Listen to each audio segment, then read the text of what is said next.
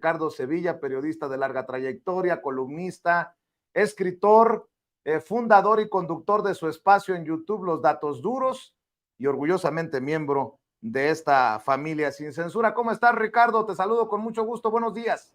Buenos días, querido Vicente. Estoy muy bien, muchas gracias. Pues nos fue bastante bien de simulacro. La Ciudad de México todo en orden, todo tranquilo. Y bueno, pues la gente siguiendo aquellas pautas que dio a conocer el gobierno federal, el gobierno de la Ciudad de México. No corro, no grito, no empujo, pero pues hay nerviosismo, desde luego. Y es que recordar los sismos que han azotado la Ciudad de México no es para menos. Estaba precisamente releyendo este texto del gran Carlos Monsiváis, el cronista de Portales, Crónicas de la Sociedad que se organiza, y bueno, pues nos trae a cuento y nos trae a memoria todos esos grandes esfuerzos que se llevaron a cabo desde la sociedad civil real, no esas sociedades civiles o que sí, así se hacen llamar, pues de parte de muchos de estos personajes, Claudio X González, Alejandro Ramírez y todas estas huestes. No, esfuerzos auténticamente serios, auténticamente del pueblo, la gente que se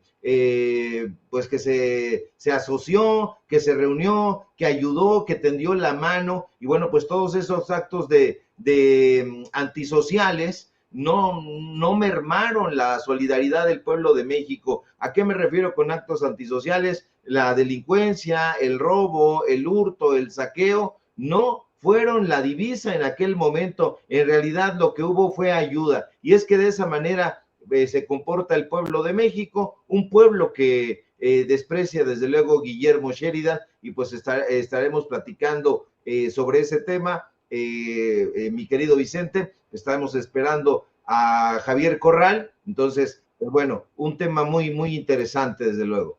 Es que ayer precisamente hablabas de cómo Javier Corral fue el blanco de estos personajes que pues están haciendo campaña desde medios para Xóchitl Gálvez, para el Frente Amplio Opositor. Creo que hasta a sueldo el golpe contra Javier Corral, un hombre que desde el panismo ha sido de alguna manera cercano, terminó siendo cercano, creo yo, al presidente Andrés Manuel López Obrador, y en una relación pues generosa de ambos lados, y ahora es el que recibe la cargada, la caballada en su contra. Y creo que hay mucho que tiene que decir Javier Corral. Ayer platicaba precisamente con él y me dice: oye, Vicente, ¿cómo que me llaman prianista? A mí me llaman prianista.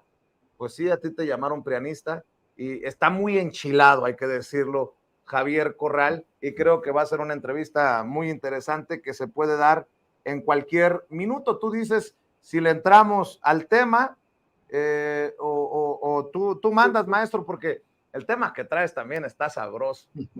Vaya que si le ha dolido a los intelectuales como Guillermo Sheridan que les hayas jalado en algún momento la cobija en espacios como Sin Censura, que los desnudaste como racistas, como clasistas, como discriminadores por su propia pluma, con méritos propios, y que haya retomado esto que tú publicaste. Yo así lo fui a reivindicar en la mañanera al el presidente Andrés Manuel López Obrador, y ahora resulta que dicen que lo entendiste, no lo entendiste, mi querido Ricardo, que él no es ni racista, ni clasista, ni discriminador.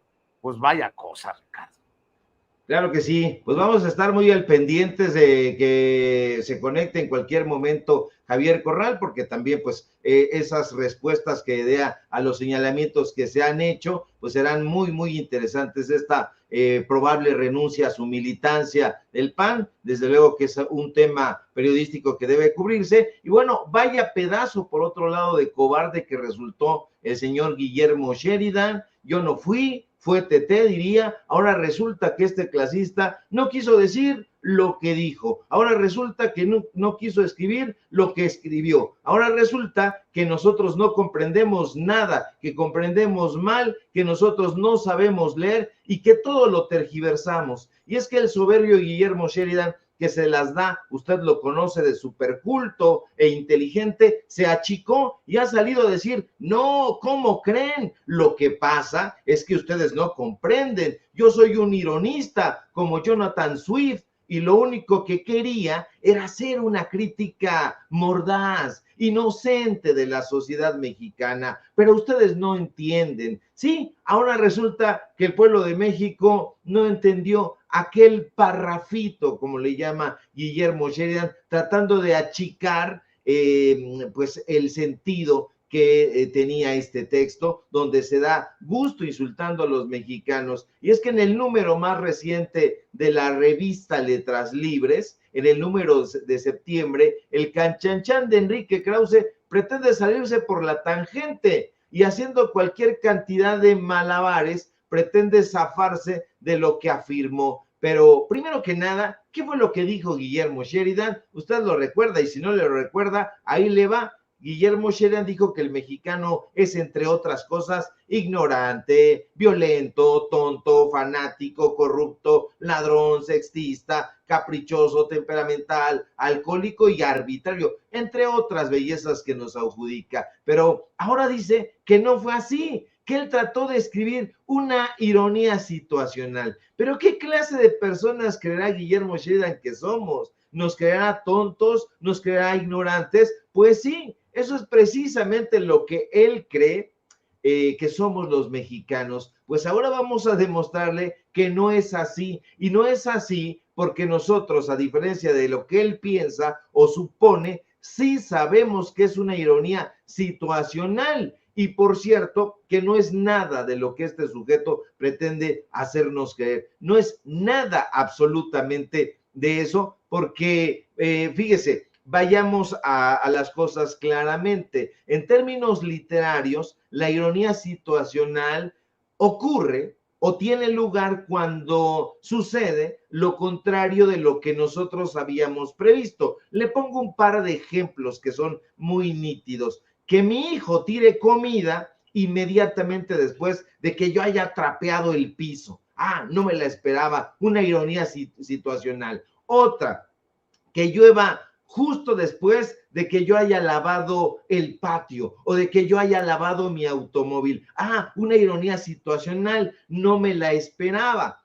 La pregunta es, ¿qué demonios tiene que ver una ironía situacional con lo que plantea Guillermo Sheridan aquí, con este listado de insultos? ¿Qué tiene que ver con estos calificativos que nos endilga, que los mexicanos golpeamos a nuestros hijos, que idolatramos el ruido, que tiramos basura, no, que nunca hemos respetado el derecho ajeno, que evadimos impuestos? ¿Estará pensando acaso en Ricardo Salinas Pliego? Porque una ironía situacional sería justamente lo que hace Sheridan, que siendo él mexicano, hable tantas pestes de los mexicanos. Esa sí es una ironía situacional, porque no nos la esperábamos. No nos esperábamos que un investigador de la UNAM cobrara sin trabajar. Vaya ironía situacional. No nos esperábamos que un mexicano que dice tenerle tanto amor a la patria no viva en México y viva en el extranjero. No nos esperábamos que un personaje que dice ser un patriota, un mexicano culto, un mexicano libre e independiente, esté hablando tantas pestes de los propios mexicanos. Eso no nos lo esperábamos. Esa sí es una ironía situacional,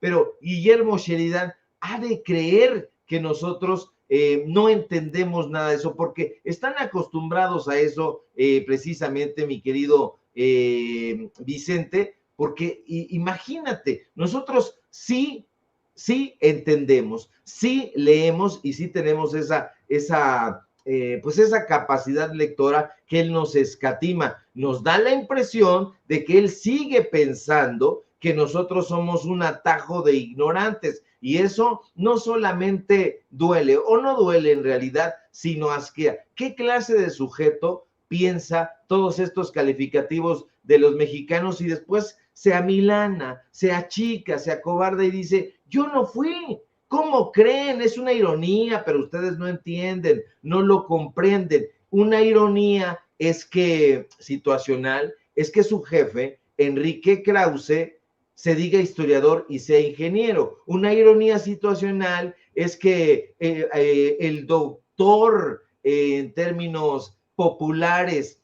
Enrique Graue, que le permite que no vaya a la UNAM, se diga doctor y no lo sea. Esas son ironías situacionales, pero Guillermo Sheridan ha de creer justamente que todo ese listado realmente aplica a los mexicanos, pero nosotros estamos aquí para darle un pastelazo de realidad. Los mexicanos no somos ninguna clase de adjetivos que este sujeto nos endilga, y por el contrario lo vamos a seguir exhibiendo en toda su estulticia, en todas sus contradicciones. Y bueno, estamos esperando a ver en qué momento aparece por el Instituto de Investigaciones Filológicas de la UNAM, donde lo hemos ido a buscar y resulta que nadie lo conoce, y resulta que quien lo conoce nos dice que lleva más de 20 años sin aparecer por ahí, y en la Facultad de Filosofía tampoco lo conocen, no da clases, pero de eso no quieren hablar en Letras Libres. Algo pasa al interior del grupo Letras Libres, ¿no? Enrique Krause, con su propia controversia en torno al padre de la patria, y ahora Guillermo Sheridan iba a buscar en X lo que había escrito Guillermo Sheridan, pero me di cuenta que me bloqueó mi querido Ricardo, lo que significa que sí les duele lo que decimos aquí, ¿no? Fíjate, nos bloquean y toda la cosa, pero están retuiteando estas cartas amorosas que nos escribe, por ejemplo, Marco Levario. A mí hasta me da mucha risa con eso, porque tengo la impresión de que este personaje está muy atento a lo que decimos aquí en Sin Censura, porque apenas ayer ironizabas justamente, ironías situacionales que se dan, que decías que era mi enamorado. Y sí, ¿no? Sí te escribió algo así de, no es que esté enamorado de ti. Ay, güey, dije yo, qué coincidencia.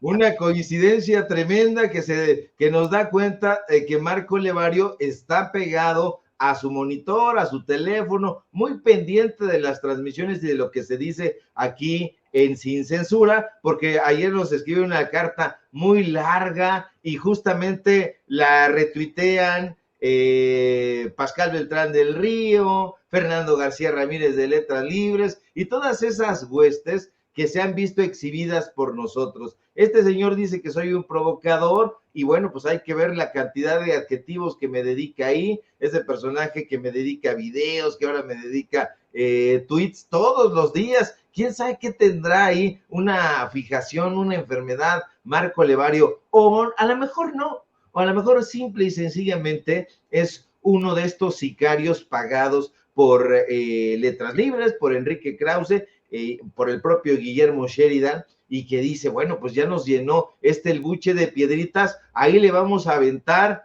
a nuestro, iba yo a decir una cosa, pero no, le vamos a aventar ahí a nuestro personaje más furioso.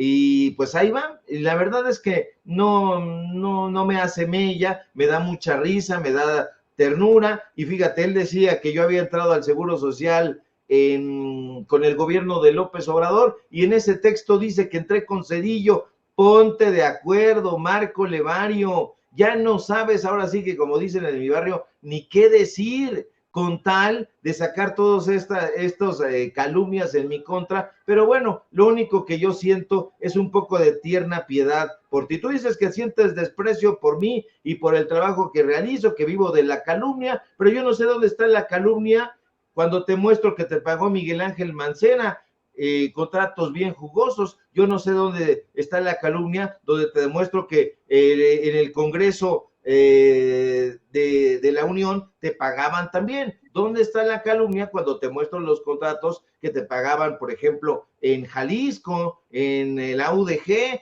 No hay calumnia cuando te digo que le cargabas el equipaje a Lolita de la Vega. No te enojes, escribe otro tuit que lo vamos a leer con muchísima piedad, mi querido Vicente. Eso es lo que vamos a hacer ahí con Marco Levario. La verdad es que da mucha ternura, ¿no? Desde estos cuates que, pues ni modo, no pudo ser periodista, no pudo ser investigador, no pudo ser escritor, no pudo ser intelectual, y pues ahora se dedica a vomitar y a lanzar diatribas contra todo lo que le ordenan sus jefes, encabezados por Enrique Krause, por cierto. Extraño que no haya respondido, pero a mi señalamiento del chayote que recibió en tiempos de Calderón y de Peña Nieto. Pendejo no es. Pero bueno, oye, mi querido Ricardo Sevilla, antes de que te vayas, ¿cómo ves a la Iglesia Católica? ¿Cómo ves a estos jerarcas de la Iglesia Católica que siguen haciendo política desde su trinchera de poder? En algún momento fue contra los libros de texto gratuitos a los que llaman comunistas en TV Azteca. Y ahora es el cardenal Carlos Aguiar Retes el que anda pidiendo el voto, no lo dice con nombre y apellido, pero me imagino que es Eduardo Verástegui. No sé si ya viste el video, pero a ver, suéltalo, David, por favor. Saludo con mucho cariño a todos los sacerdotes de la Arquidiócesis de México. Estamos en un momento muy importante de la vida política y social de nuestro país. Hoy quiero dejarles un mensaje muy claro, continuar invitando a los fieles católicos a expresar nuestra voluntad con el voto. Segundo, hacerlo razonadamente, buscando qué candidato nos pueda gobernar mejor. Particularmente, qué candidato pueda garantizarnos que los valores fundamentales de nuestra fe, como es el derecho a la vida, el derecho a la familia estable, el derecho a la educación, el derecho a la libertad religiosa, pueda hacerse realidad, caminar en la experiencia de estos valores. Y tercero, que sea nuestro voto plenamente libre. No nos dejemos impactar por las encuestas. Ellas no deciden la votación, lo deciden nuestros votos. Por eso la importancia de ir todos a votar. Háganselo saber de mi parte a todos nuestros feligreses. No importa si este video es de ayer, de hace un mes, de hace un año, pero es asqueroso, es mi opinión obviamente, y me van a terminar expulsando de la Iglesia Católica porque soy muy mal católico, por decir que es asqueroso que desde sus cotos de poder, en los altos jerarcas de la Iglesia Católica, metan su sotana, perdón, su nariz en la política. No, pues al paso que vamos, les va a ir a rezar un rosario para la Virgen de Guadalupe a cada una de las iglesias Eduardo Verástegui y lo van a recibir con bombo y platillo. ¿O tú qué piensas, mi querido Ricardo? Y le ofrezco una disculpa de antemano a las personas que puedan sentirse ofendidas y bueno, para cerrar, Ricardo Sevilla, ya que veo también llegar a Javier Corral al sistema.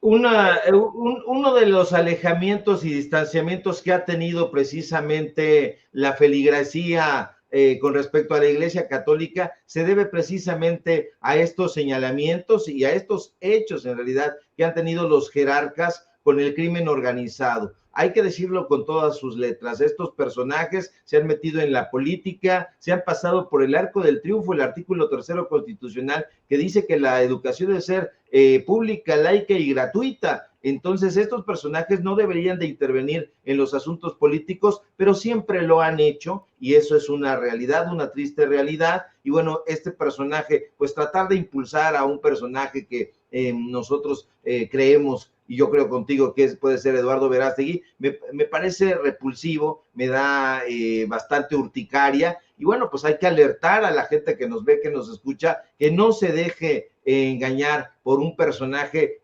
francamente tan mediocre y tan mezquino como es el caso de Verástegui. Y bueno, pues por más que le diga Ricardo Salinas Pliego y por más que le digan los jerarcas católicos, no vaya, no ceda usted al falso canto de las sirenas, y esté muy atento, porque estos personajes quisieran que regresáramos a la época medieval, estos personajes quisieran que pues regresáramos a esas épocas de la Inquisición, donde estaba la Iglesia Católica en pleno, pero no lo vamos a permitir. Estamos viviendo una época democrática muy, muy distinta, y esta visión que tienen estos personajes es absolutamente retrógrada.